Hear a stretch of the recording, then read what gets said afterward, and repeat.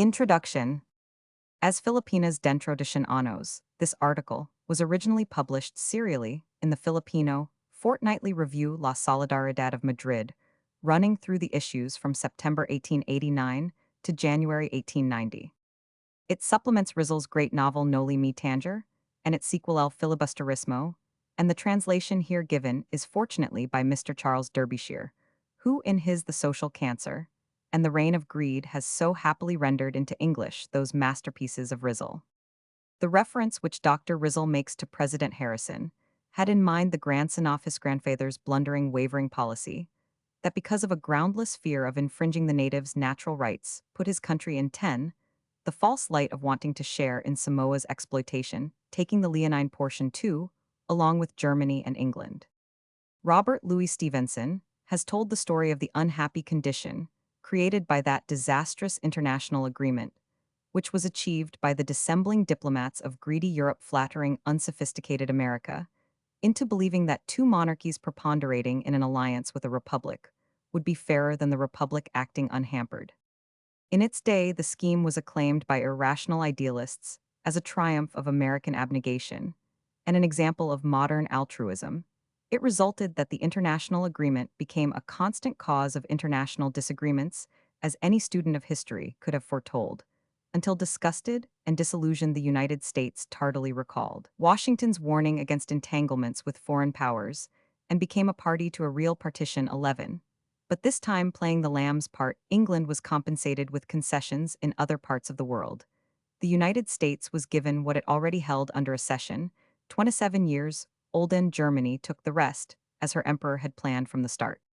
There is this Philippine, bearing to the incident that the same stripe of unpractical philanthropists, not discouraged, at having forced the Samoans, under the ungentle German, rule for their victims, and not themselves suffer by their mistakes, are seeking now the neutralization, by international agreement of the archipelago, for which Rizal gave his life. Their success would mean another entangling alliance for the United States, with 6 allies or 9, including Holland, China, and Spain, if the Great Republic should be allowed by the diplomats of the great powers to invite these nonentities in world politics, with whom she would still be outvoted. Rizal's reference to America as a possible factor in the Philippines' future is based upon the prediction of the German traveler Fedor Jager, who about 1860 spent a number of months in the islands, and later published his observations, supplemented by 10 years of further study in European libraries and museums as Travels in the Philippines, to use the title of the English translation, a very poor one by the way. Rizal read the much better Spanish version, while a student in the Ateneo de Manila, from a copy supplied by Paciano Rizal Mercado, who directed his younger brother's political education, and transferred to Jose the hopes which had been blighted for himself by the execution of his beloved teacher Father Burgos in the Cavite alleged insurrection. Jager's prophecy furnishes the explanation to Rizal's public life. His policy of preparing his countrymen for industrial and commercial 13 competition seems to have had its inspiration in this reading done when he was a youth in years, but mature in fact through close contact with tragic public events, as well as with sensational private sorrows. When in Berlin, Dr. Rizal met Professor Jager and the distinguished geographer, and his youthful but brilliant admirer became fast friends, often discussing how the progress of events was bringing true the fortune for the Philippines which the knowledge of its history and the acquaintance with its then condition had enabled the trained observer to foretell with that same certainty that the meteorologist foretells the morrow's weather. A like political acumen Rizal tried to develop in his countrymen, he republished Morga's history, first published in Mexico in 1609, to recall their past noli. Me Tangere painted their present, and in El Filibusterismo was sketched the future which continuance upon 14, their then course must bring the Philippines a century hence, suggests other possibilities, and seems to have been the initial issue in the series of 10, which Rizal planned to print one a year to correct the misunderstanding of his previous writings, which had come from their being known mainly by the extracts cited in the censor's criticism. José Rizal in life voiced the aspirations of his countrymen, and as the different elements in his divided native land recognized that these were the essentials upon which all were agreed, and that their points of difference among themselves were not vital dissension disappeared, and there came in united Philippines now since his death, the fact that both continental and insular Americans looked to him as their hero makes possible the hope that misunderstandings based on differences as to details may cease when Filipinos recognize that the American government in the Philippines properly approached is willing 15 to grant all that Rizal considered important, and when Americans understand that the people of the Philippines unaccustomed to the frank discussions of democracy would be content with so little even as Rizal asked of Spain, if only there were some salve for their unwittingly wounded amor proprio. A better knowledge of the writings of José Rizal may accomplish this desirable consummation. I do not write for this generation, I am writing for other ages. If this could read me, they would burn my books the work of my whole life. On the other hand, the generation, which interprets these writings, will be an educated generation. They will understand me, and say, not all were asleep in the night time of our grandparents. The philosopher Tassio in Noli Me Tangere. Jagger's prophecy. The prophecy which prompted Rizal's policy of preparation for the Philippines. This extract is translated from pages 280, 7289 of Reisen, in Den Philippinen von F. Jagger, Berlin 1873. The old situation is no longer possible of maintenance, with the changed conditions of the present time. The colony can no longer be kept secluded from the world. Every facility afforded for commercial intercourse is a blow to the old system, and a great step made in the direction of broad and liberal reforms. The more foreign capital and foreign ideas and customs are introduced, increasing the prosperity, enlightenment, and self-respect of the population, the more impatiently will the existing evils be endured. England can and does open her possessions unconcernedly to the world. The British colonies are united to the mother country by the 20 bond of mutual advantage, viz. The production of raw material by means of English capital, and the exchange of the same for English manufactures. The wealth of England is so great, the organization of her commerce with the world so complete, that nearly all the foreigners, even in the British possessions, are for the most part agents for English business houses, which would scarcely be affected, at least to any marked extent, by a political dismemberment. It is entirely different with Spain, which possesses the colony as an inherited property, and without the power of turning it to any useful account. Government monopolies rigorously maintained insolent disregard and neglect of the half-castes and powerful Creoles, and the example of the United States were the chief reasons of the downfall of the American possessions. The same causes threaten ruin to the Philippines, but of the monopolies I have said enough. Half-castes and Creoles, it is true, are not as they formerly were in America, excluded from all official appointments, but they feel deeply hurt and injured through the crowds of place hunters, which the frequent changes of ministers send to Manila. Also, the influence of American elements is at least discernible on the horizon, and will come more to the front as the relations of the two countries grow closer. At present, these are still of little importance. In the meantime, commerce follows its old routes, which lead to England and the Atlantic ports of the Union. Nevertheless, he who attempts to form a judgment as to the future destiny of the Philippines cannot fix his gaze only on their relations to Spain. He must also consider the mighty changes which within a few decades are being effected on that side of our planet for the first time in the world's history.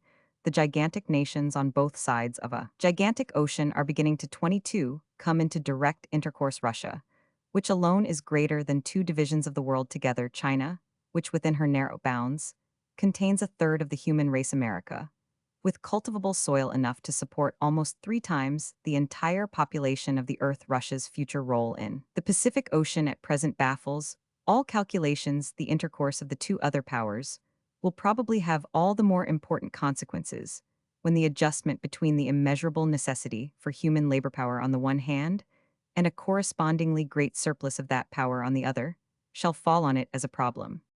The world of the ancients was confined to the shores of the Mediterranean, and the Atlantic and Indian Oceans sufficed at one time for our traffic.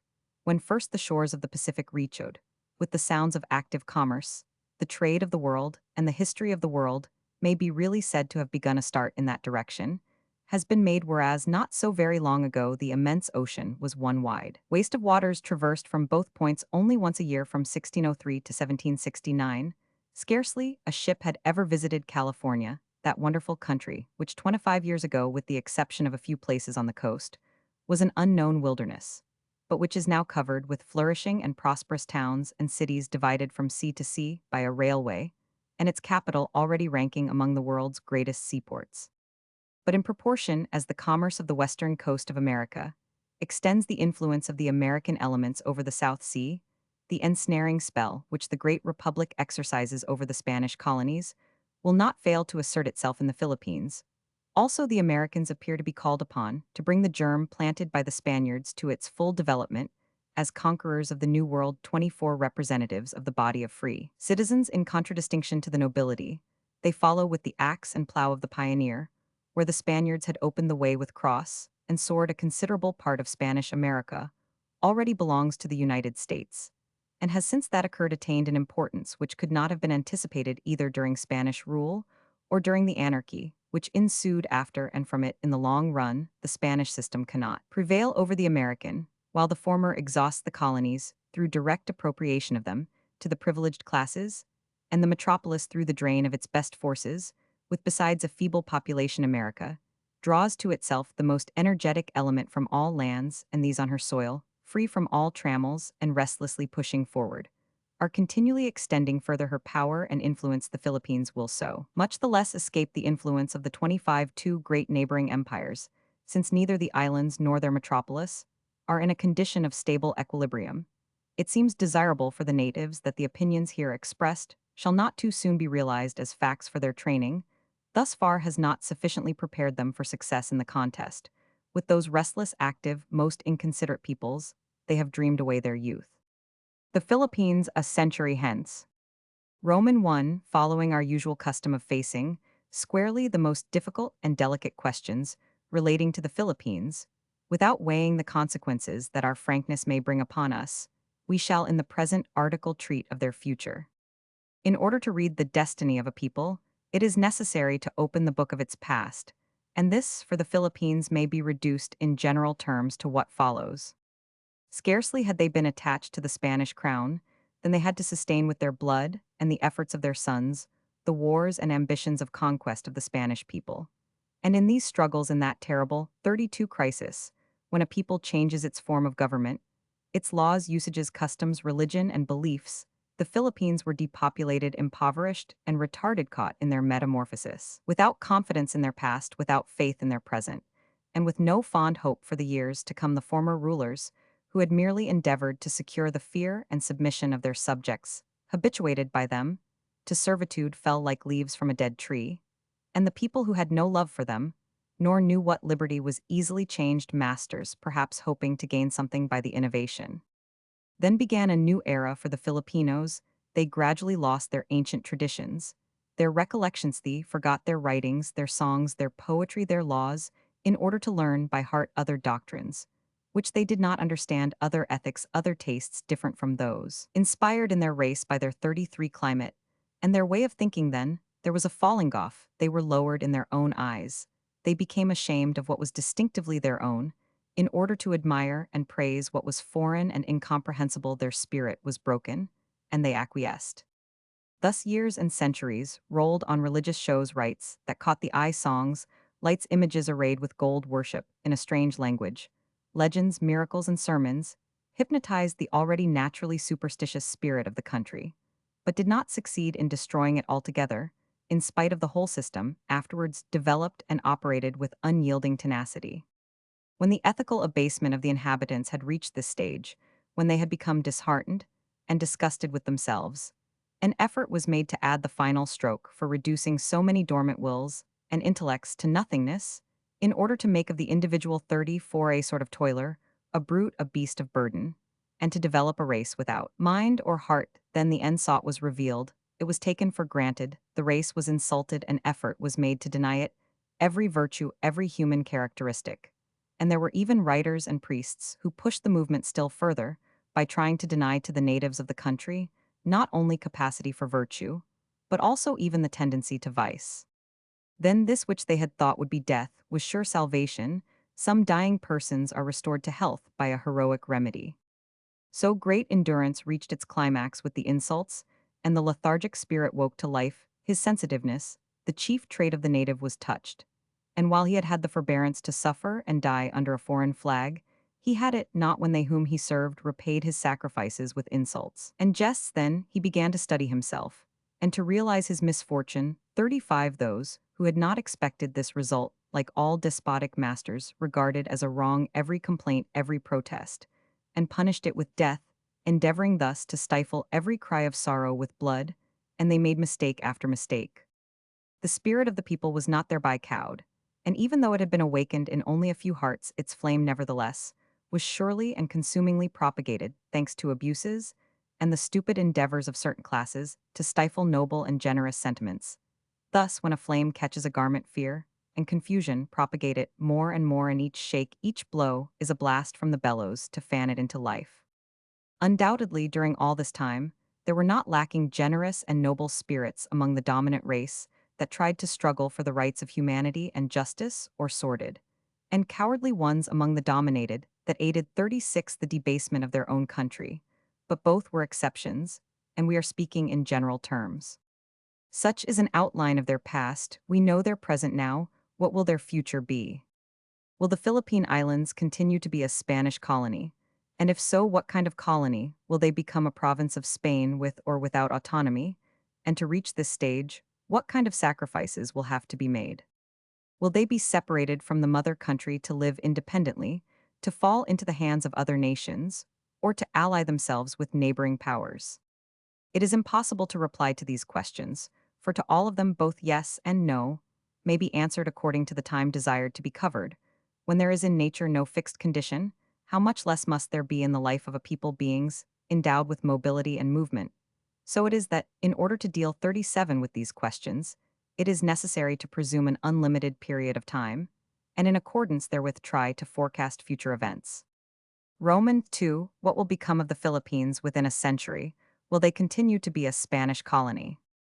Had this question been asked 3 centuries ago, when at Legazpi's death the Malayan Filipinos began to be gradually undeceived, and finding the yoke heavy tried in vain to shake it off without any doubt, whatsoever the reply would have been easy to a spirit enthusiastic over the liberty of the country, to those unconquerable Caganes who nourished within themselves the spirit of the Magalats, to the descendants of the heroic Gat Pulintang and Gat Salakab of the province of Batangas independence, was assured it was merely a question 42 of getting together and making a determined effort. But for him who, disillusioned by sad experience, saw everywhere discord and disorder, apathy and brutalization, in the lower classes discouragement and disunion, in the upper, only one answer presented itself, and it was extend his hands to the chains, bow his neck beneath the yoke, and accept the future with the resignation of an invalid who watches the leaves fall and foresees a long winter amid whose snows he discerns the outlines of his grave. At that time,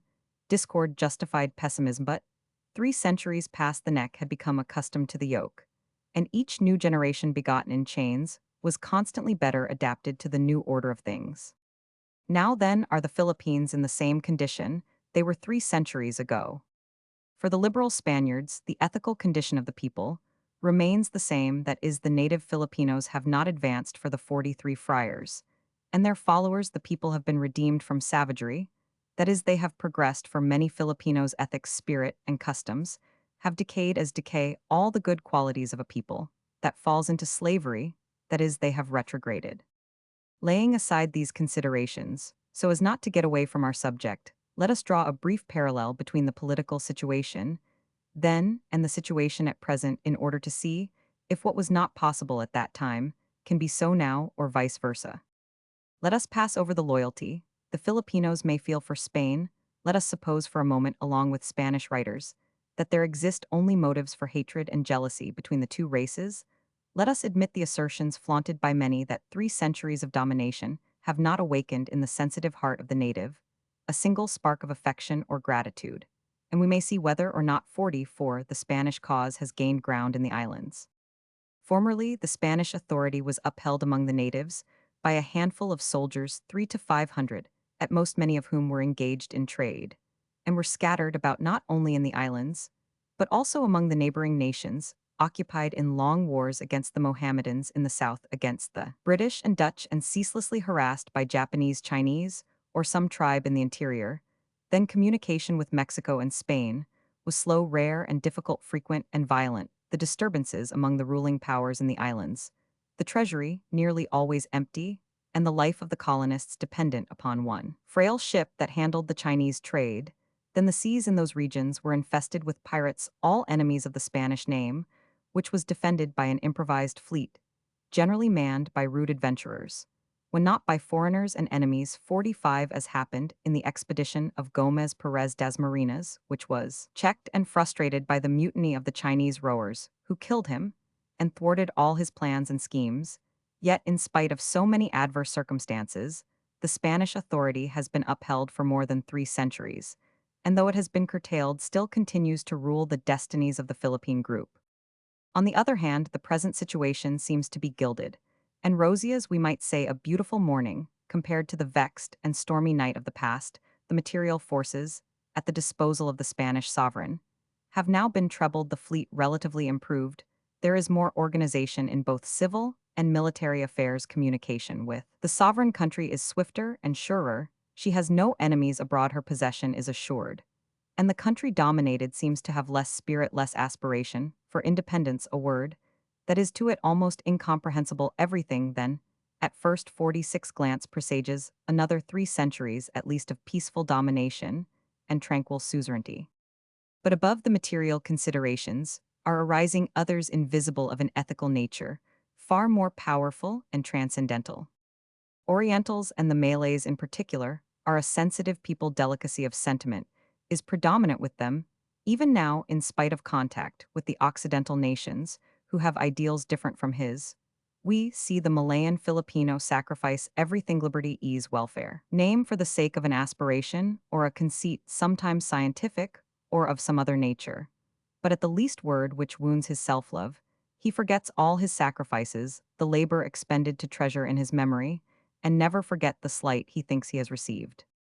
So the Philippine peoples have remained faithful during 3 centuries, giving up their liberty and their independence, sometimes dazzled by 47, the hope of the paradise promised, sometimes cajoled by the friendship offered them by a noble and generous people like the Spanish, sometimes also compelled by superiority of arms of which they were ignorant, and which timid spirits invested with a mysterious character, or sometimes because the invading foreigner took advantage of intestine feuds to step in as the peacemaker in discord, and thus later to dominate both parties and subject them to his authority.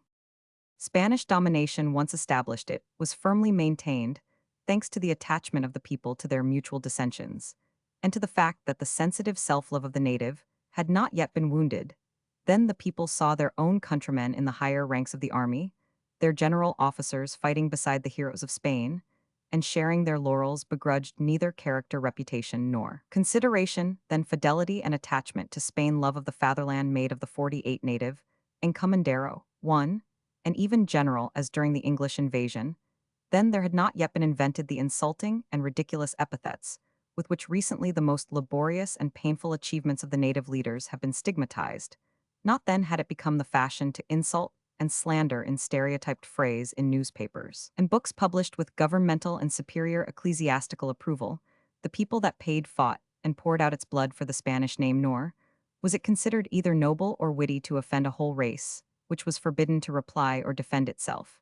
And if there were religious hypochondriacs, who in the leisure of their cloisters dared to write against it, as did the Augustinian 49 Gaspar de San Agustin, and the Jesuit Velard, their loathsome abortions never saw the light, and still less were they themselves rewarded with mitres and raised to high offices. True it is that neither were the natives of that time, such as we are now. 3 centuries of brutalization and obscurantism have necessarily had some influence upon us. The most beautiful work of divinity in the hands of certain artisans may finally be converted into a caricature. The priests of that epoch, wishing to establish their domination over the people, got in touch with it and made common cause with it against the oppressive encomenderos. Naturally, the people saw in them greater learning and some prestige, and placed its confidence in them, followed their advice, and listened to them even in the darkest hours. If they wrote, they did so in defense of the rights of the native, and made his cry reach even to the distant steps of the throne. And not a few priests, both secular 50 and regular, undertook dangerous journeys as representatives of the country. And this, along with the strict and public residentia, too, then required of the governing powers, from the captain general to the most insignificant official, rather consoled and pacified the wounded spirits, satisfying, even though it were only in form, all the malcontents. All this has passed away. The derisive laughter penetrates like mortal poison into the heart of the native who pays and suffers. And it becomes more offensive the more immunity. It enjoys a common sore, the general affront offered to a whole race has wiped away the old feuds among different provinces. The people no longer has confidence in its former protectors. 51 now. Its exploiters and executioners, the masks have fallen, it is seen that the love and piety of the past have come to resemble the devotion of a nurse, who unable to live elsewhere desires eternal infancy, eternal weakness, for the child in order to go on drawing her wages, and existing at its expense. It has seen not only that she does not nourish it to make it grow, but that she poisons it to stun its growth. And at the slightest protest, she flies into a rage, the ancient show of justice, the holy residentia has disappeared, confusion of ideas begins to prevail, the regard shown for a governor general like La Torre becomes a crime in the government of his successor sufficient to cause the citizen to lose his liberty, and his home, if he obey the order of one official, as in the recent matter of admitting corpses into the church. It is enough to have the obedient subject later harassed and persecuted in every possible way. Obligations and taxes increase without thereby increasing rights, privileges 52 and liberties, or assuring the few in existence. A regime of continual terror and uncertainty disturbs the minds, a regime worse than a period of disorder, for the fears that the imagination conjures up are generally greater than the reality. The country is poor, the financial crisis through which it is passing is acute, and every one points out with the finger the persons who are causing the trouble, yet no one dares lay hands upon them. True it is that the penal code has come like a drop of balm to such bitterness. But of what use are all the codes in the world if by means of confidential reports, if for trifling reasons, if through anonymous traitors, any honest citizen may be exiled or banished without a hearing, without a trial? Of what use is that penal code? Of what use is life if there is no security in the home, no faith in justice and confidence? 53. In tranquility of conscience, of what use is all that array of terms, all that collection of articles, when the cowardly accusation of a traitor has more influence in the timorous ears of the supreme autocrat than all the cries for justice? If this state of affairs should continue, what will become of the Philippines within a century? The batteries are gradually becoming charged, and if the prudence of the government does not provide an outlet for the currents that are accumulating, some day the spark will be generated. This is not the place to speak of what outcome such a deplorable conflict might have, for it depends upon chance, upon the weapons, and upon 1,000 circumstances, which man cannot foresee. But even though all the advantage should be on the government's side, and therefore the probability of success, it would be a Pyrrhic victory, and no government ought to desire such. If those who guide the destinies of the Philippines remain obstinate, and instead of introducing reforms, try to make the condition of the country retrograde, to push their severity and repression to extremes against the classes that suffer and think they are going to force the latter to venture, and put into play the wretchedness of an unquiet life filled with privation and bitterness against the hope of securing something indefinite, what would be lost in the struggle? Almost nothing. The life of the numerous discontented classes has no such great attraction that it should be preferred to a glorious death. It may indeed be a suicidal attempt, but then what would not a bloody chasm yawn between victors and vanquished, and might not the latter with time and experience become equal in strength, since they are superior in numbers to their dominators? Who disputes this? All the petty insurrections that have occurred in the Philippines were the 55 work of a few fanatics or discontented soldiers, who had to deceive and humbug the people, or avail themselves of their power over their subordinates to gain their ends. So they all failed. No insurrection had a popular character, or was based on a need of the whole race, or fought for human rights or justice. So it left no ineffaceable impressions, but rather when they saw that they had been duped, the people bound up their wounds and applauded the overthrow of the disturbers of their peace. But what if the movement springs from the people themselves and bases its cause upon their woes? So then, if the prudence and wise reforms of our ministers do not find capable and determined interpreters among the colonial governors and faithful perpetuators among those whom the frequent political changes send to fill such a delicate post, if met with the eternal, it is out of order proffered by the elements who see their livelihood in the backwardness of their subjects. 56.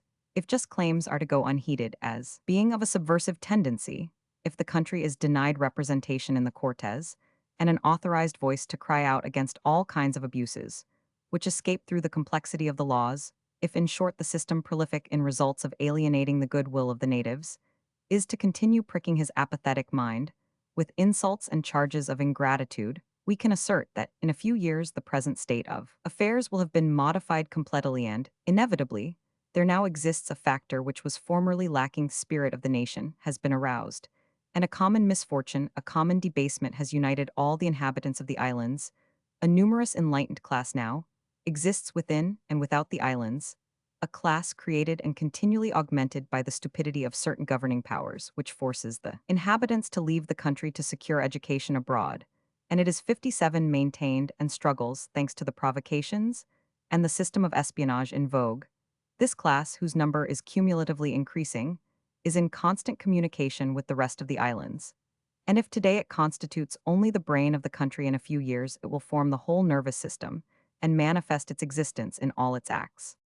Now statecraft has various means at its disposal for checking a people on the road to progress the brutalization of the masses, through a caste addicted to the government, aristocratic, as in the Dutch colonies, or theocratic, as in the Philippines, the impoverishment of the country, the gradual extermination of the inhabitants, and the fostering of feuds among the races.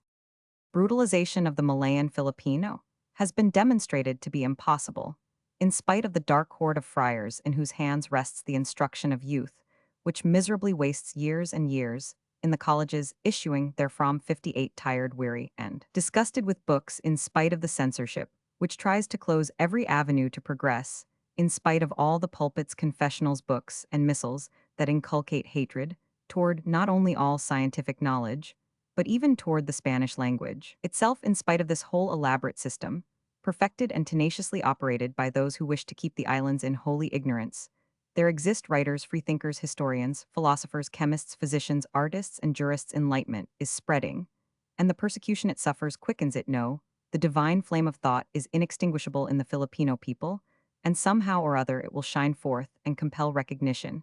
It is impossible to brutalize the inhabitants of the Philippines. May poverty arrest their development? Perhaps, but it is a very dangerous means. Experience has everywhere shown us, and especially in the Philippines, that the classes which 59 are better off have always been addicted to peace and order, because they live comparatively better, and may be the losers in civil disturbances. Wealth brings with it refinement, the spirit of conservation, while poverty inspires adventurous ideas, the desire to change things, and has little care for life. Machiavelli himself held this means of subjecting a people to be perilous, observing that loss of welfare stirs up more obdurate enemies than loss of life. Moreover, when there are wealth and abundance, there is less discontent, less complaint, and the government itself, wealthier, has more means for sustaining itself. On the other hand, there occurs in a poor country what happens in a house where bread is wanting, and further, of what use to the mother country would a poor and lean colony be? Neither is it possible gradually to exterminate the inhabitants. The Philippine races, like all the Malays, do not succumb before the foreigner. 60, like the Australians, the Polynesians, and the Indians of the New World. In spite of the numerous wars, the Filipinos have had to carry on. In spite of the epidemics that have periodically visited them, their number has trebled, as has that of the Malays of Java. And the Moluccas, the Filipino embraces civilization and lives and thrives in every clime, in contact with every people. Rum, that poison which exterminated the natives of the Pacific Islands, has no power in the Philippines, but rather comparison of their present condition with that described by the early historians makes it appear that the Filipinos have grown sober. The petty wars with the inhabitants of the South consume only the soldiers. People who, by their fidelity to the Spanish flag, far from being a menace, are surely one of its solidest supports. There remains the fostering of intestine feuds among the provinces. This was formerly possible when communication from one island to another was rare and difficult, when there were no steamers or telegraph lines, when the regiments were formed according to the various provinces, when some provinces were cajoled by awards of privileges and honors, and others were protected from the strongest. But now that the privileges have disappeared, that through a spirit of distrust the regiments have been reorganized, that the inhabitants move from one island to another, communication and exchange of impressions naturally increase. And as all see themselves threatened by the same peril, and wounded in the same feelings, they clasp hands and make common cause. It is true that the union is not yet wholly perfected, but to this end tend the measures of good government, the vexations to which the townspeople are subjected, the frequent changes of officials, the scarcity of centers of learning, which forces the youth of all the islands to come together, and begin to get acquainted the journeys. To Europe contribute not a little to tighten the bonds for abroad the inhabitants. 62 of the most widely separated provinces are impressed by their patriotic feelings from sailors even to the wealthiest merchants. And at the sight of modern liberty and the memory of the misfortunes of their country, they embrace and call one another brothers. In short, then, the advancement and ethical progress of the Philippines are inevitable, are decreed by fate. The islands cannot remain in the condition they are without requiring from the sovereign country more liberty mutatis mutandis for new men, a new social order. To wish that the alleged child remain in its swaddling clothes is to risk that it may turn against its nurse and flee, tearing away the old rags that bind it. The Philippines then will remain under Spanish domination, but with more law and greater liberty, or they will declare themselves independent after steeping themselves and the mother country in blood. As no one should desire or hope for such an unfortunate rupture, which would be an evil for all and only the final argument in the most desperate predicament, let us see by what forms of peaceful evolution the islands may remain subjected to the Spanish authority, with the very least detriment to the rights, interests, and dignity of both parties. Roman 3. If the Philippines must remain under the control of Spain, they will necessarily have to be transformed, in a political sense, for the course of their history, and the needs of their inhabitants so require this. We demonstrated in the preceding article. We also said that this transformation will be violent and fatal if it proceeds from the ranks of the people, but peaceful and fruitful if it emanate from the upper classes. Some governors have realized this truth, and impelled by their patriotism, have been trying to introduce needed reforms in order to forestall events. But notwithstanding all that have been ordered up to the present time, they have 68 produced scanty results for the government, as well as for the country. Even those that promised only a happy issue have at times caused injury for the simple reason that they have been based upon unstable grounds.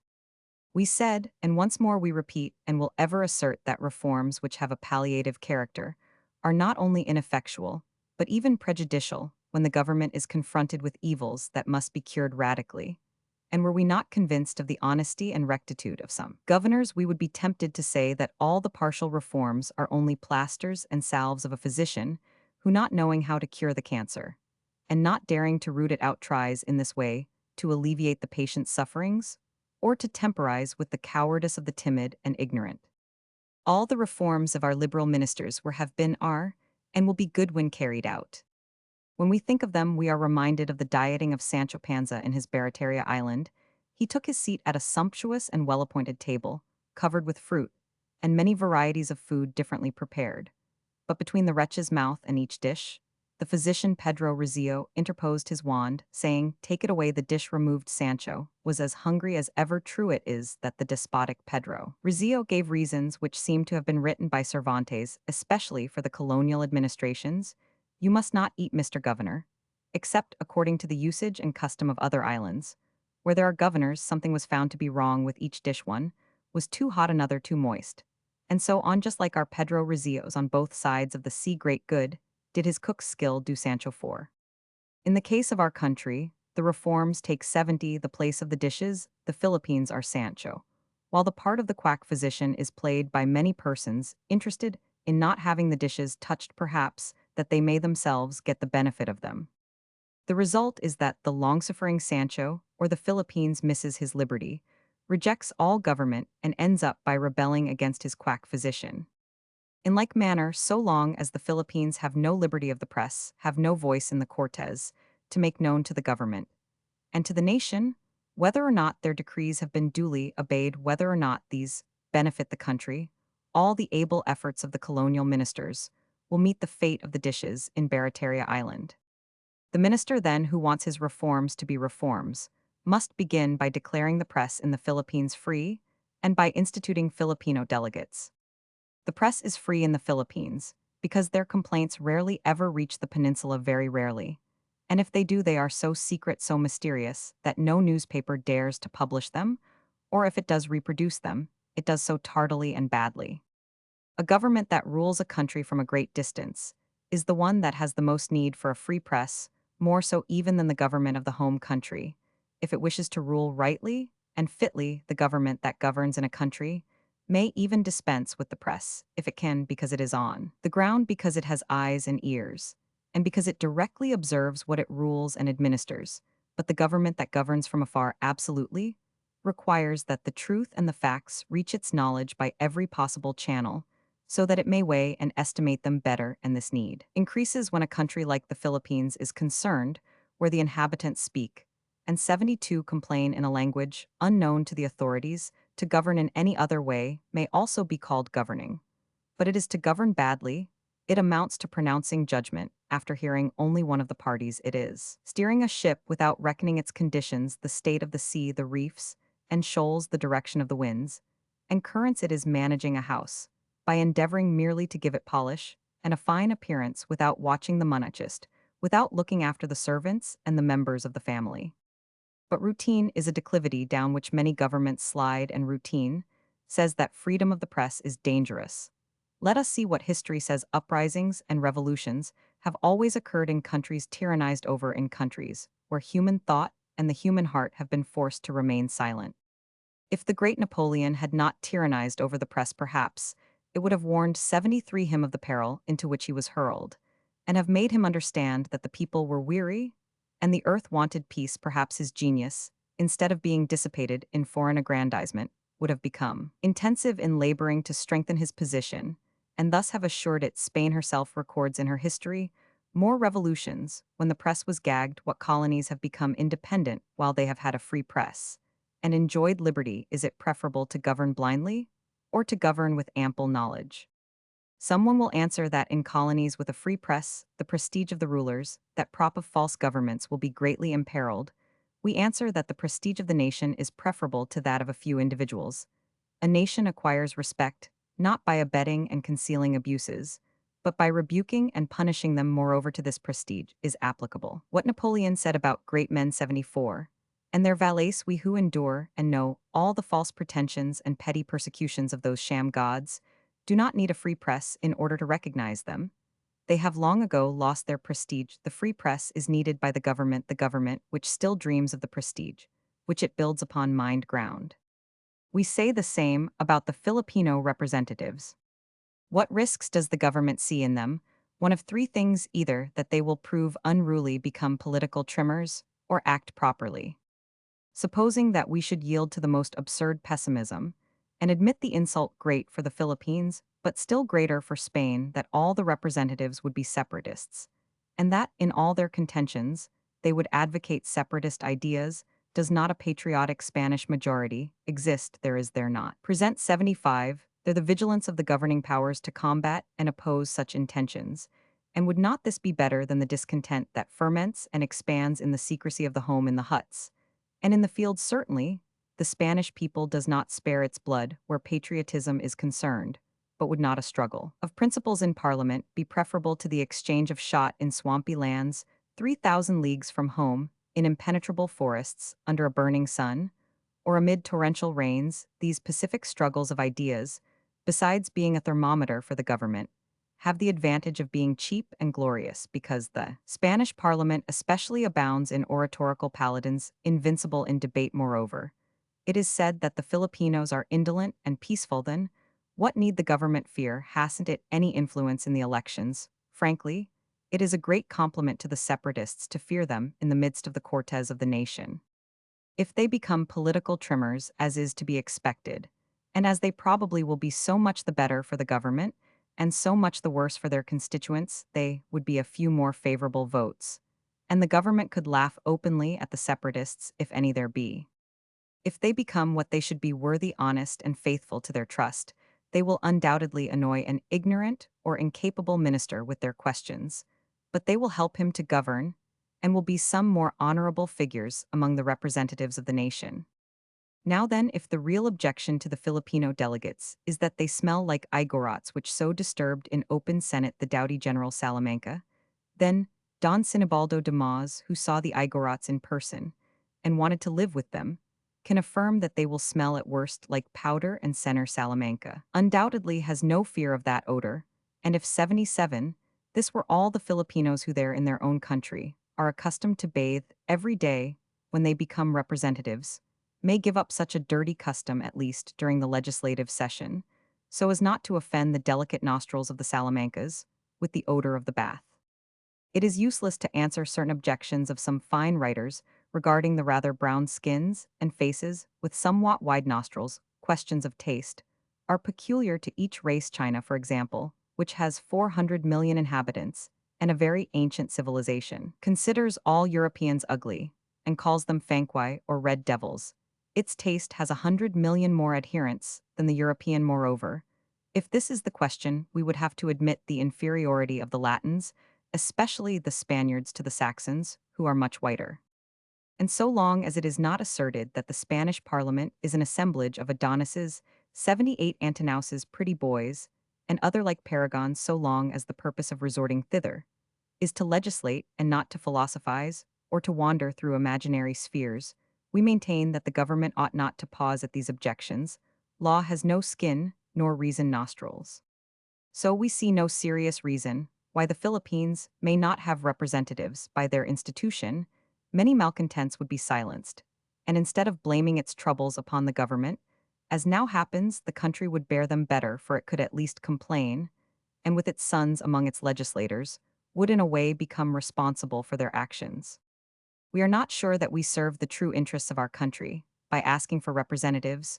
We know that the lack of enlightenment, the indolence, the egotism of our fellow countrymen, and the boldness, the cunning, and the powerful methods of those who wish their obscurantism, 79 may convert reform into a harmful instrument, but we wish to be loyal to the government, and we are pointing out to it the road that appears best to us, so that its efforts may not come to grief, so that discontent may disappear if, after so just as well as necessary a measure has been introduced, the Filipino people are so stupid and weak that they are treacherous to their own interests. Then let the responsibility fall upon them. Let them suffer all the consequences. Every country gets the fate it deserves, and the government can say that it has done its duty. These are the two fundamental reforms which, properly interpreted and applied, will dissipate all clouds, assure affection towards Spain, and make all succeeding reforms fruitful. These are the reforms sine quibus non. It is puerile to fear that independence may come through them. The free press will keep the government in touch with public opinion 80, and the representatives, if they are as they ought to be the best from among the sons of the Philippines, will be their hostages with no cause for discontent. How then attempt to stir up the masses of the people? Likewise inadmissible is the objection offered by some regarding the imperfect culture of the majority of the inhabitants. Aside from the fact that it is not so imperfect, as is averred, there is no plausible reason why the ignorant and the defective, whether through their own or another's fault, should be denied representation to look after them and see that they are not abused. They are the very ones who most need it. No one ceases to be a man, no one forfeits his rights to civilization merely by being more or less uncultured. And since the Filipino is regarded as a fit citizen when he is asked to pay taxes or shed his blood to defend the fatherland, why must this fitness be denied him when the question arises of granting him 81 some right? Moreover, how is he to be held responsible for his ignorance when it is acknowledged by all friends and enemies that his zeal for learning is so great that even before the coming of the Spaniards, everyone could read and write, and that we now see the humblest families make enormous sacrifices in order that their children may become a little enlightened, even to the extent of working as servants in order to learn Spanish? How can the country be expected to become enlightened under present conditions, when we see all the decrees issued by the government in favor of education meet with Pedro Rizos, who prevent execution thereof, because they have in their hands what they call education? If the Filipino, then, is sufficiently intelligent to pay taxes, he must also be able to choose and retain the one who looks after him and his interests with the product, whereof he serves the government of his nation. To reason otherwise is to reason stupidly. When the laws and the acts of officials are kept under surveillance, the word justice may cease to be a colonial jest. The thing that makes the English most respected in their possessions is their strict and speedy justice, so that the inhabitants repose entire confidence in the judge's justice, is the foremost virtue of the civilizing races. It subdues the barbarous nations, while injustice arouses the weakest. Offices and trusts should be awarded by competition, publishing the work and the judgment thereon, so that there may be stimulus, and that discontent may not be bred. Then, if the native does not shake off his indolence, he cannot complain when he sees all the offices filled by Castillas.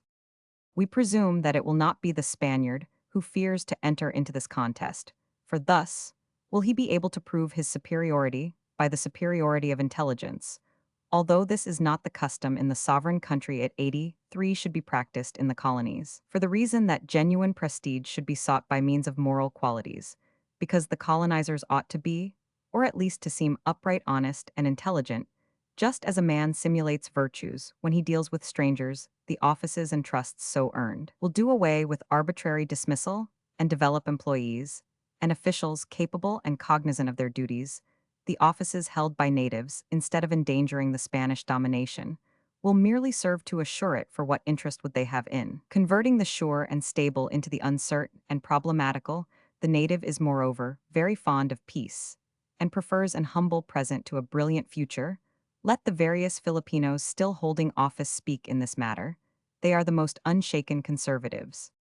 We could add other minor reforms touching commerce, agriculture, security of the individual 84, and of property education, and so on.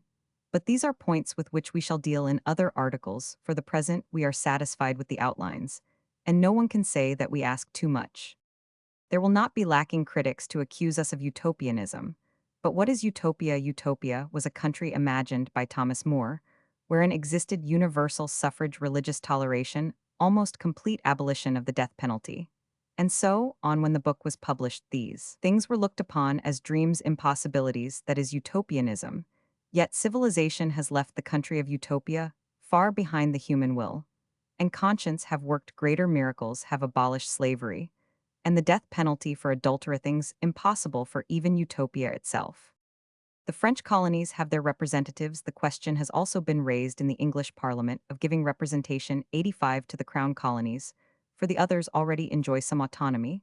The press there also is free. Only Spain, which in the 16th century was the model nation in civilization, lags far behind Cuba and Puerto Rico, whose inhabitants do not number a third of those of the Philippines, and who have not made such sacrifices for Spain, have numerous representatives. The Philippines in the early days had theirs who conferred with the king and the Pope on the needs of the country. They had them in Spain's critical moments, when she groaned under the Napoleonic yoke. And they did not take advantage of the sovereign country's misfortune like other colonies, but tightened more firmly the bonds that united them to the nation, giving proofs of their loyalty, and they continued, until many years later. What crime have the islands committed that they are deprived of their rights? To recapitulate, the Philippines will remain Spanish if they enter upon the life of law and 86 civilization, if the rights of their inhabitants are respected, if the other rights due them are granted, if the liberal policy of the government is carried out without trickery or meanness, without subterfuges or false interpretations. Otherwise, if an attempt is made to see in the islands a load to be exploited, a resource to satisfy ambitions, thus to relieve the sovereign country of taxes, killing the goose that lays the golden eggs, and shutting its ears to all cries of reason, then however great may be the loyalty of the Filipinos, it will be impossible to hinder the operations of the inexorable laws of history. Colonies, established to subserve the policy and the commerce of the sovereign country, all eventually become independent, said Bachelet. And before Bachelet, all the Phoenician, Carthaginian, Greek, Roman, English, Portuguese, and Spanish colonies had said it. Close indeed are the bonds that unite us to Spain. Two peoples do not live for 3 centuries, 87, in continual contact, sharing the same lot, shedding their blood on the same fields, holding the same beliefs, worshipping the same God, interchanging the same ideas, but that ties are formed between them stronger than those fashioned by arms or fear.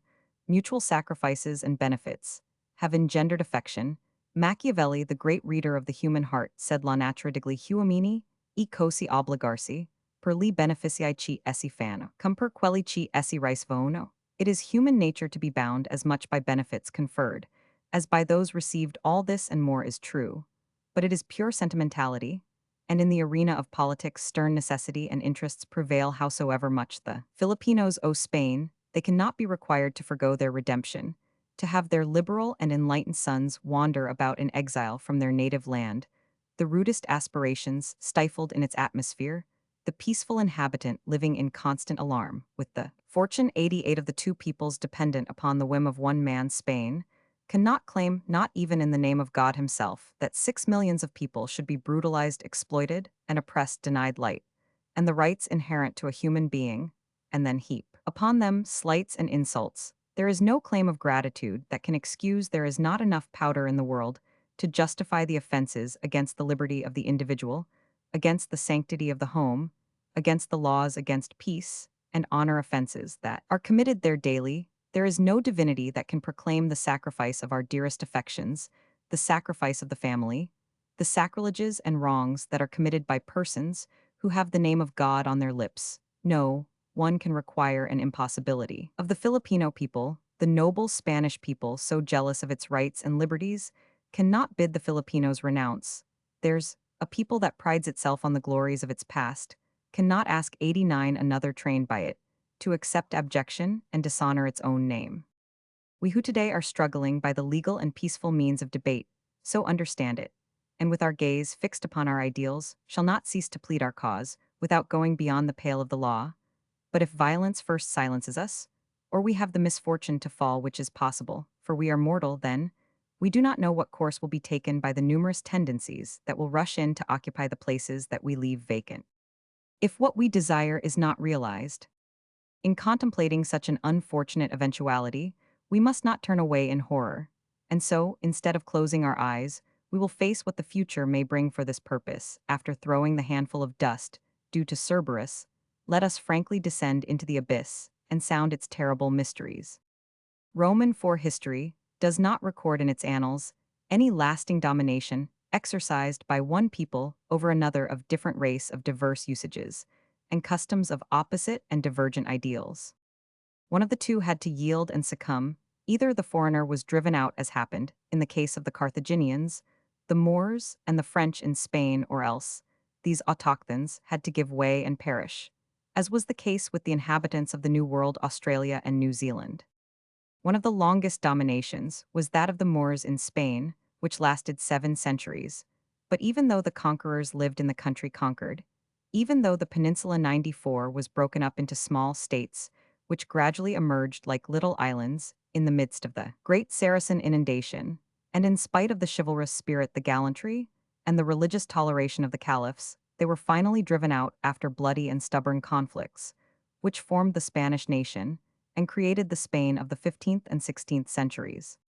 The existence of a foreign body within another endowed with strength and activity is contrary to all natural and ethical laws. Science teaches us that it is either assimilated, destroys, the organism is eliminated, or becomes encysted. Encystment of a conquering people is impossible, for it signifies complete isolation, absolute inertia, debility, in the conquering element. Encystment thus means the tomb of the foreign invader. Now applying these considerations to the Philippines, we must conclude as a deduction 95 from all we have said, that if their population be not assimilated to the Spanish nation, if the dominators do not enter into the spirit of their inhabitants, if equitable laws and free and liberal reforms do not make each forget that they belong to different races, or if both peoples be not amalgamated to constitute one mass socially and politically homogeneous that is not harassed by opposing tendencies and antagonistic ideas and interests, some day the Philippines will fatally and infallibly declare themselves independent. To this law of destiny can be opposed neither Spanish patriotism, nor the love of all the Filipinos for Spain, nor the doubtful future of dismemberment and intestine strife in the islands themselves. Necessity is the most powerful divinity the world knows, and necessity is the resultant of physical forces set in operation by ethical forces. We have said, and statistics prove, that it is impossible to exterminate the Filipino people. 96. And even were it possible, what interest would Spain have in the destruction of the inhabitants of a country she cannot populate or cultivate, whose climate is to a certain extent disastrous to her? What good would the Philippines be without the Filipinos, quite otherwise under her colonial system? And the transitory character of the Spaniards who go to the colonies, a colony is so much the more useful and productive to her, as it possesses inhabitants and wealth. Moreover, in order to destroy the 6 million Malays, even supposing them to be in their infancy, and that they have never learned to fight and defend themselves, Spain would have to sacrifice at least a fourth of her population. This we commend to the notice of the partisans of colonial exploitation. But nothing of this kind can happen. The menace is that, when the education and liberty necessary to human existence are denied by Spain to the Filipinos, then they will seek 97 enlightenment abroad behind the mother country's back, or they will secure by hook or by crook some advantages in their own country, with the result that the opposition of purblind and paretic politicians will not only be futile, but even prejudicial, because it will convert motives for love and gratitude into resentment and hatred. Hatred and resentment on one side, mistrust and anger on the other, will finally result in a violent and terrible collision, especially when there exist elements interested in having disturbances, so that they may get something in the excitement, demonstrate their mighty power, foster lamentations, and recriminations or employ violent measures. It is to be expected that the government will triumph and be generally, as is the custom, severe in punishment, either to teach a stern lesson, in order to vaunt its strength, or even to revenge upon the vanquished, the spells of excitement and terror that 98 the danger caused it in. Unavoidable concomitant of those catastrophes is the accumulation of acts of injustice committed against the innocent and peaceful inhabitants, private reprisals, denunciations, despicable accusations, resentments, covetousness, the opportune moment for calumny, the haste and hurried procedure of the courts martial, the pretext of the integrity of the fatherland, and the safety of the state which cloaks and justifies everything even for scrupulous minds, which unfortunately are still rare, and above all the panic-stricken timidity, the cowardice that battens upon the conqueror.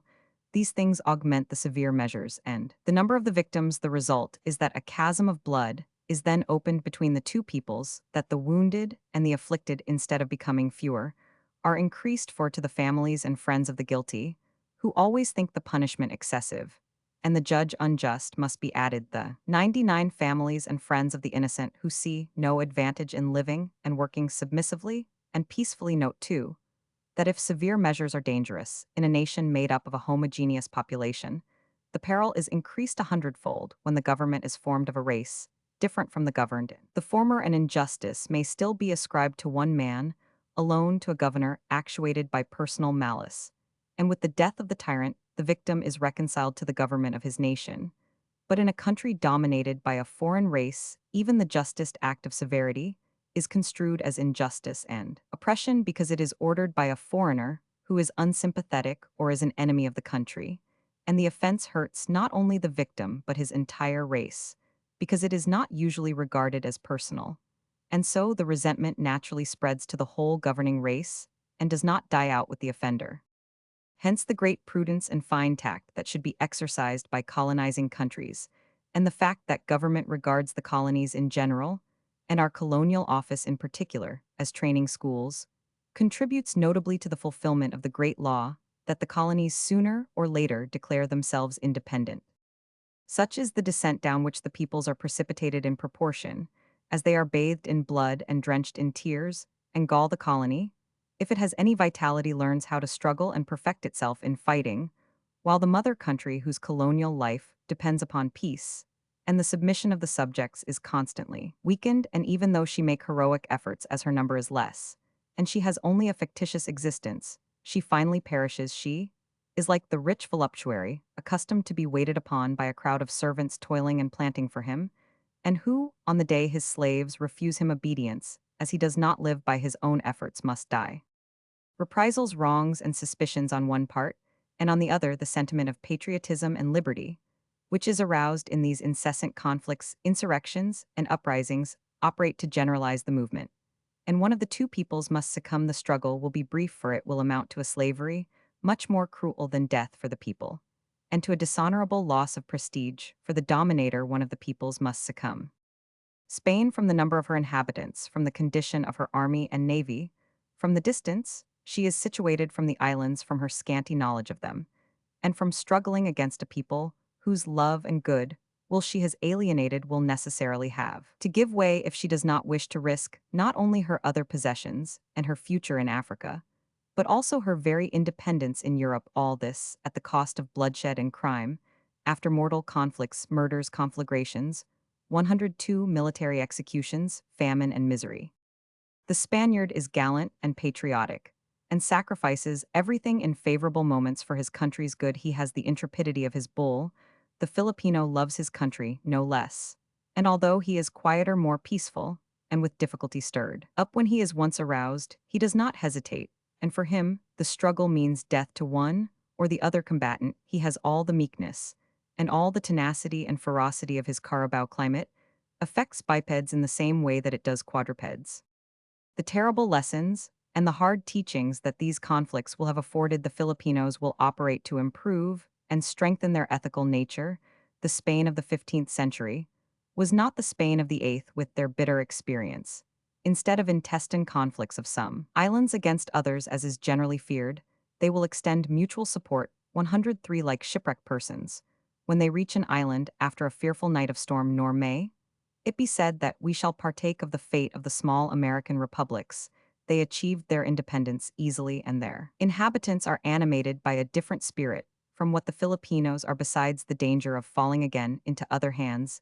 English or German, for example, will force the Filipinos to be sensible and prudent. Absence of any great preponderance of one race over the others will free their imagination from all mad ambitions of domination, and as the tendency of countries that have been tyrannized over when they once shake off the yoke, is to adopt the freest government like a boy leaving school, like the beat of the pendulum.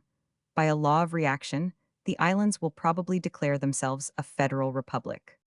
If the Philippines secure their independence after heroic and stubborn conflicts, they can 104 rest assured that neither England, nor Germany, nor France, and still less Holland, will dare to take up what Spain has been unable to hold within a few years. Africa will completely absorb the attention of the Europeans, and there is no sensible nation which, in order to secure a group of poor and hostile islands, will neglect the immense territory offered by the dark continent. Untouched, undeveloped, and almost undefended, England has enough colonies in the Orient and is not going to risk losing her balance. She is not going to sacrifice her Indian empire for the poor Philippine Islands. If she had entertained such an intention, she would not have restored Manila in 1763, but would have kept some point in the Philippines, whence she might gradually expand. Moreover, what need has John Bull the trader to exhaust himself for the Philippines, when he is already Lord of the Orient, when he has their Singapore, Hong Kong, and Shanghai? It is 105 probable that England will look favorably upon the independence of the Philippines, for it will open their ports to her and afford greater freedom to her commerce. Furthermore, there exist in the United Kingdom tendencies and opinions to the effect that she already has too many colonies, that they are harmful, that they greatly weaken the sovereign country. For the same reasons, Germany will not care to run any risk, and because a scattering of her forces and a war in distant countries will endanger her existence on the continent. Thus, we see her attitude, as much in the Pacific as in Africa, is confined to conquering easy territory that belongs to nobody. Germany avoids any foreign complications. France has enough to do and sees more of a future in Tonking and China, besides the fact that the French spirit does not shine in zeal for colonization. France loves glory, but the glory and laurels that grow on the battlefields of 106 Europe, the echo from battlefields in the Far East, hardly satisfies her craving for renown, for it reaches her quite faintly. She has also other obligations both internally and on the continent.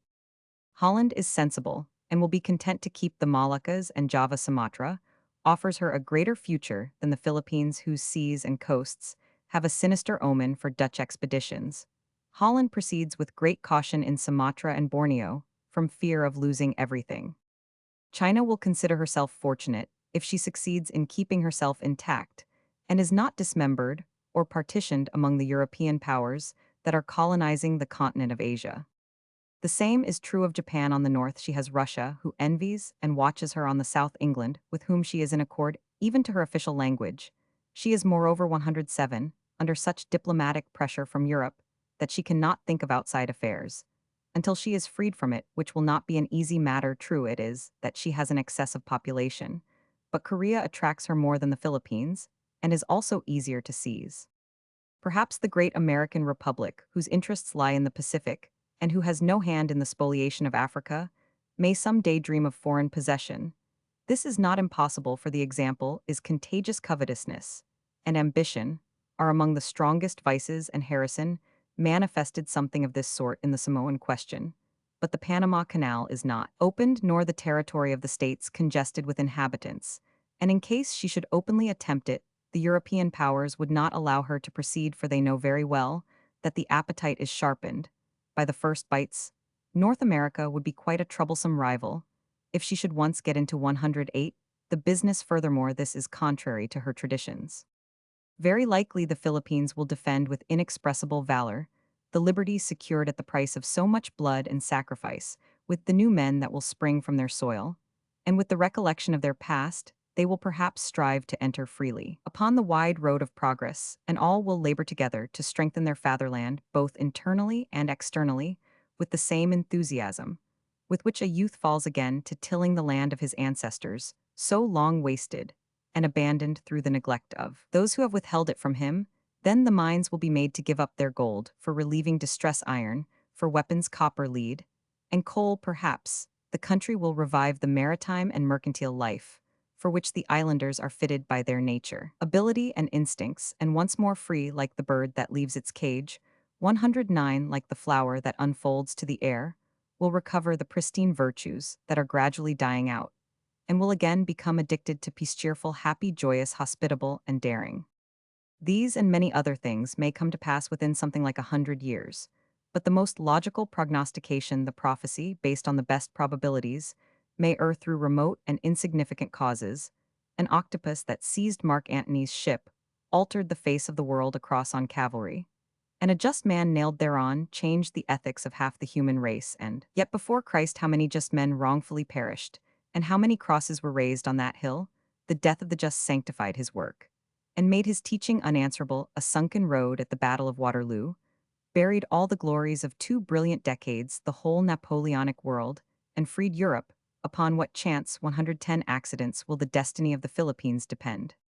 Nevertheless, it is not well to trust to accident, for there is sometimes an imperceptible and incomprehensible logic in the workings of history. Fortunately, peoples, as well as governments, are subject to it. Therefore, we repeat, and we will ever repeat while there is time, that it is better to keep pace with the desires of a people than to give way before them. The former begets sympathy, and love, the latter contempt and anger, since it is necessary to grant 6 million Filipinos their rights.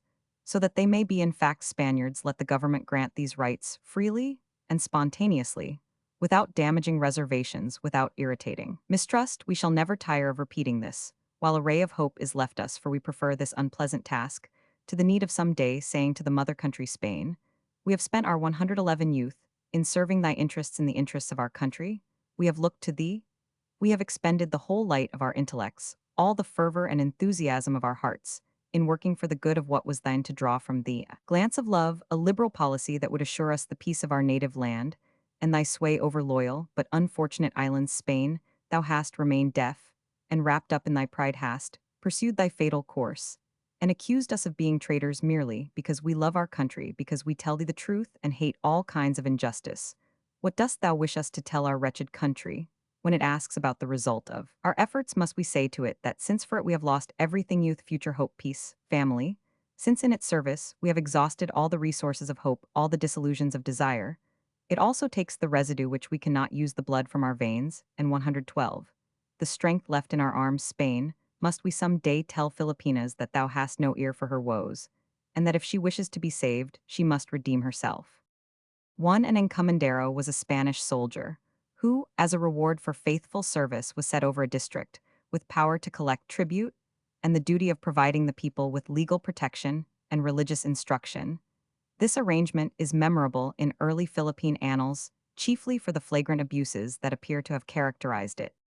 2. No official was allowed to leave the islands at the expiration of his term of office, until his successor, or a council, appointed by the sovereign, inquired into all the acts of his administration, and approved them. This residentia was a fertile source of recrimination and retaliation, so the author quite aptly refers to it a little further on as the ancient show of justice. 3. The Penal Code was promulgated in the islands by royal order of September 4, 1884. 4. Cervantes' Don Quixote Part 2, Chapter 47. Rizal's Farewell Address. Addressed to some Filipinos. Countrymen, on my return from Spain, I learned that my name had been in use among some who were in arms as a workery. The news came as a painful surprise. But believing it already closed, I kept silent over an incident which I considered irremediable. Now, I notice indications of the disturbances continuing, and if any still in good or bad faith are availing themselves of my name to stop this abuse, and undeceive the unwary, I hasten to address you these lines, that the truth may be known. From the very beginning, when I first had notice of what was being planned, I opposed it, and demonstrated its absolute impossibility. This is the fact, and witnesses to my words are now living. I was convinced that the scheme 116 was utterly absurd, and what was worse would bring great suffering. I did even more when later, against my advice, the movement materialized of my own accord. I offered not alone my good offices, but my very life, and even my name, to be used in whatever way might seem best toward stifling the rebellion, for convinced of the ills which it would bring. I considered myself fortunate, if at any sacrifice I could prevent such useless misfortunes. This equally is of record, my countrymen. I have given proofs that I am one most anxious for liberties for our country, and I am still desirous of them. But I place as a prior condition the education of the people, that, by means of instruction and industry, our country may have an individuality of its own, and make itself worthy of these liberties I have recommended. In my writings, the study of civic virtues, without which there is no redemption, I have written likewise, and repeat my words 117, that reforms to be beneficial must come from above, that those which come from below are irregularly gained and uncertain. Holding these ideas, I cannot do less than condemn, and I do condemn this uprising as absurd, savage, and plotted behind my back, which dishonors us Filipinos, and discredits those who could plead our cause. I abhor its criminal methods, and disclaim all part in it, pitying from the bottom of my heart the unwary who have been deceived. Return then to your homes, and may God pardon those who have worked in bad faith. José Rizal. Fort Santiago, December 15, 1896. The Spanish Judge Advocate General commented upon the address. The preceding address to his countrymen, which Dr. Rizal proposes to direct to them, is not in substance the patriotic protest against 118 separatist manifestations and tendencies, which ought to come from those who claim to be loyal sons of Spain. According to his declarations, Don José Rizal limits himself to condemning the present insurrectionary movement as premature, and because he considers now its triumph impossible, but leaves it to be inferred that the wished for independence can be gained by procedures less dishonorable than those now being followed by the rebels, when the culture of the people shall be a most valuable asset for the combat, and guarantee its successful issue. For Rizal, the question is of opportuneness, not of principles nor of aims. His manifesto might be summarized in these words: because of my proofs of the rebellion's certainty to fail, lay down your arms, my countrymen. Later, I shall lead you to the promised land. So far from being conducive to peace, it could advance in the future the spirit of rebellion. For this reason, the publication of 119, the proposed address, seems impolitic, and I would recommend to your Excellency to forbid its being made public, but to order that all these papers be forwarded to the judge advocate therein, and added to the case against Rizal. Manila, December 19th, 1,896,123. Rizal's defense. These additions were really Dr. Rizal's defense before the court-martial, which condemned him and pretended to have tried him on the charge of having organized revolutionary societies, and so being responsible for the rebellion.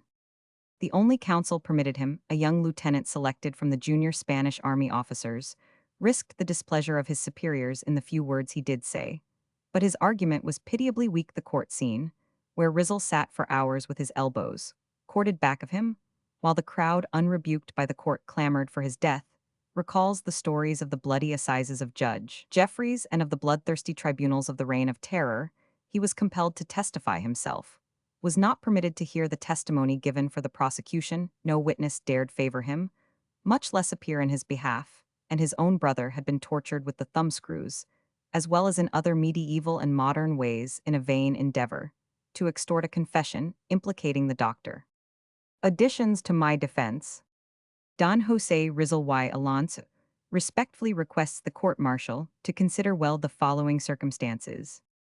First, the rebellion from July 6, 1892, I had absolutely no connection with politics, until July 1st of this year, when advised by Don Pio Valenzuela that an uprising was proposed. I counseled against it, trying to convince him with arguments. Don Pio Valenzuela left me convinced apparently so much, so that instead of later taking part in rebellion, he presented himself to the authorities for pardon.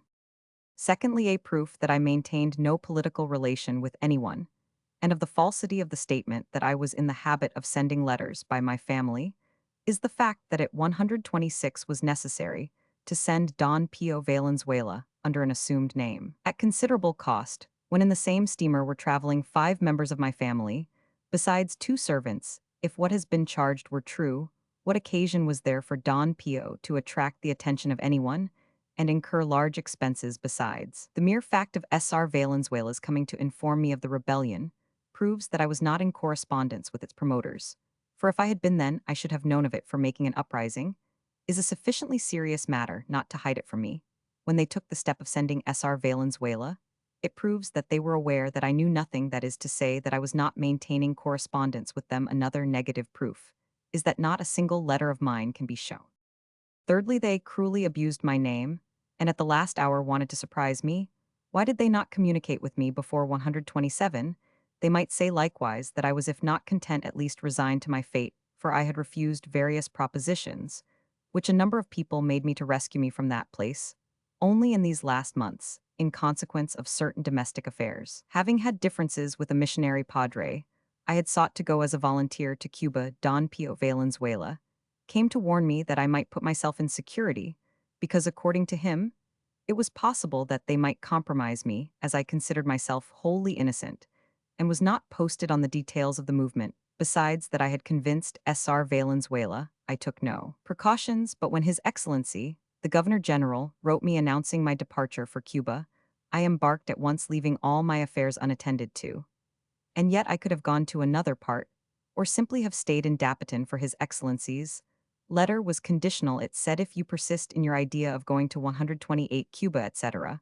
When the uprising occurred, it found me on board the warship Castilla, and I offered myself unconditionally to His Excellency. 12 or 14 days later, I set out for Europe, and had I had an uneasy conscience, I should have tried to escape in some port en route, especially Singapore, where I went ashore, and when other passengers who had passports for Spain stayed over, I had an easy conscience, and hoped to go to Cuba. Fourthly, in Dapitan, I had boats, and I was permitted to make excursions along the coast, and to the settlements, absences, which lasted as long as I wished, at times a week. If I had still had intentions of political activity, I might have gotten away even in the vintas of the Moros, whom I knew in the settlements. Neither would I have built my small hospital, nor bought land, nor invited my family to live with me. Fifthly, someone has said that I was the chief. What kind of a chief is he who is ignored 129 in the plotting, and who is notified only that he may escape? How is he chief who, when he says no, they say yes? As to the Liga, sixthly, it is true that I drafted its bylaws, whose aims were to promote commerce, industry, the arts, etc., by means of united action, as have testified witnesses, not at all prejudiced in my favor, rather the reverse. Seventhly, the Liga never came into real existence, nor ever got to working since, after the first meeting, no one paid any attention to it, because I was exiled a few days later. Eighthly, if it was reorganized 9 months afterwards by other persons, as now is said, I was ignorant of the fact. Ninthly, the Liga was not a society with harmful tendencies, and the proof is the fact that the radicals had to leave it, organizing the Katipunan, which was what answered their purposes. Had the Liga lacked only a little of 130 being adapted for rebellion, the radicals would not have left it, but simply would have modified it. Besides, if, as some allege, I am the chief out of consideration for me, and for the prestige of my name, they would have retained the name of Liga, their having abandoned it name, and all proves clearly that they neither counted on me, nor did the Liga serve their purposes. Otherwise, they would not have made another society, when they had one already organized. Tenthly, as to my letters, I beg of the court that if there are any bitter criticisms in them, it will consider the circumstances under which they were written. Then, we had been deprived of our 2 dwellings, warehouses, lands, and besides, all my brothers-in-law and my brother were deported in consequence of a suit arising from an inquiry of the Administration de Hacienda, tax-collecting branch of the government, a case in which, according to our attorney in 131 Madrid S.R. Linares Rivas, we had the right on our side. 11thly, that I have endured exile without complaint, not because of the charge alleged, for that was not true, but for what I had been able to write and ask the politic-military commanders of the district, where I resided, of my conduct, during these 4 years of exile, of the town, even of the very missionary parish priests, despite my personal differences with one of them. 12thly, all these facts and considerations destroy the little-founded accusation of those who have testified against me, with whom I have asked the judge to be confronted. Is it possible that in a single night I was able to line up all the filibusterism at a gathering, which discussed commerce, etc. gathering, which went no further for it died, immediately afterwards? If the few who were present had been influenced by my words, they would not have 132. Let the Liga die. Is it that those who formed part of the Liga that night founded the Katapunan? I think, not who went to Dapitan to interview me persons entirely unknown to me. Why was not an acquaintance sent, in whom I would have had more confidence, because those acquainted with me knew very well that I had forsaken politics, or that realizing my views on rebellion, they must have refused to undertake a mission useless and unpromising. I trust that by these considerations, I have demonstrated that neither did I found a society for revolutionary purposes, nor have I taken part since in others, nor have I been concerned in the rebellion, but that on the contrary, I have been opposed to it, as the making public of a private conversation has proven. Fort Santiago Dec 26, 1896. José Rizal. Respecting the rebellion. The remarks about the rebellion are from a photographic copy of the pencil notes used by Rizal for his brief speech. The manuscript is now in the possession of Sr. Eduardo Leite of Saragossa, Spain. I had no notice at all of what was being planned until the 1st or 2nd of July in 1896, when Pio Valenzuela came to see me saying that an uprising was being arranged. I told him that it was absurd, etc., etc., and he answered me that they could bear no more. I advised him that they should have patience, etc., etc. He added then that he had been sent because they had compassion of my life, and that probably it would compromise me. I replied that they should have patience, and that if anything happened to me, I would then prove my innocence. Besides, said, I don't consider me, but our country which is the one that will suffer. I went on to show how absurd was the movement. This later Pio Valenzuela testified he did not tell me that my name was 135 being used, neither did he suggest that I was its chief, nor anything of that sort. Those who testify that I am the chief, which I do not know nor do I know of having ever treated with them, what proofs do they present of my having accepted this chiefship, or that I was in relations with them, or with their society? Either they have made use of my name for their own purposes, or they have been deceived by others who have. Where is the chief who dictates no order nor makes any arrangement, who is not consulted in any way about so important an enterprise, until the last moment, and then, when he decides against it, is disobeyed? Since the 7th of July of 1892, I have entirely ceased political activity. It seems some have wished to avail themselves of my name for their own ends. One by one they have passed on. All I loved and moved among, dead or married from me gone. For all I place my heart upon, by fate adverse are stung. Go thou too, O Muse, depart. Other regions fairer find. For my land but offers art. For the laurel chains that bind. For a temple prisons blind. But before thou leavest me speak, tell me with thy voice sublime, thou couldst ever from me seek a song of sorrow for the weak, defiance to the tyrant's crime. From Ami Musa 1884. Requested by a young lady of Madrid.